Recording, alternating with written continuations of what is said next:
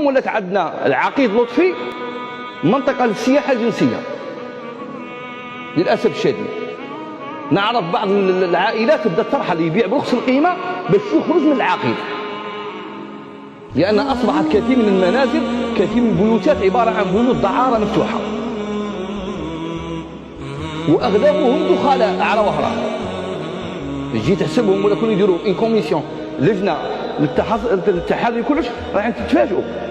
الكلام هذا اقوله على مسؤوليتي، والله العظيم 99% ما يسعى بهم وهراني.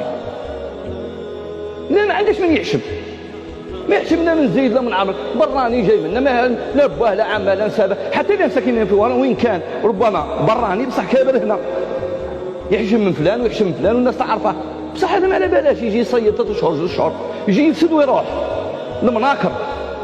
وتلقى البنات كي ولينا كي اوروبا مسدتين دايرين لاشين مزوقين واحد هكاك في معرض الازياء وين يقوصوا معاهم. شحال الناس توالف المنكر، توالف هذه الظاهره تاع البنات مستدفين والشباب يقوصوا معاهم. شحال شحال شحال، لا كان ساعه شحال ولا كان ساعتين شحال ولا كان نبات معاك شحال. بنات من هذا انا اجزم والله العظيم ما تسعى فيهم وحده بالتبلاد، لان لقيناها فرصه يجي يخدموا على ارواحهم، جايين يخدموا على ارواحهم. وهران راها 58 ولايه تصب فيها عاصمه الغرب، ولايه هادئه نظيفه جميله لها شواطئ بكر.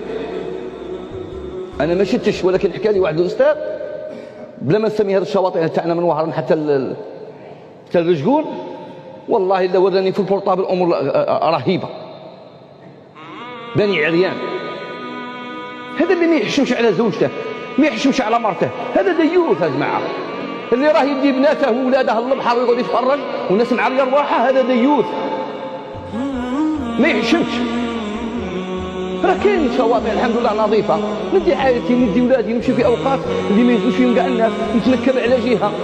والو تبدا من لا مودرنيتي هذه من التقدم ومن الانفتاح، كيمشي قدام الناس وتنبحر ويصور هو ولادها قله اللحيه وينزلها في ستوري، بنتها متبرجه ومرتها متبرجه وعاجبها الحال ومعري صدرها ويضحك. هذا تاع راجل هذا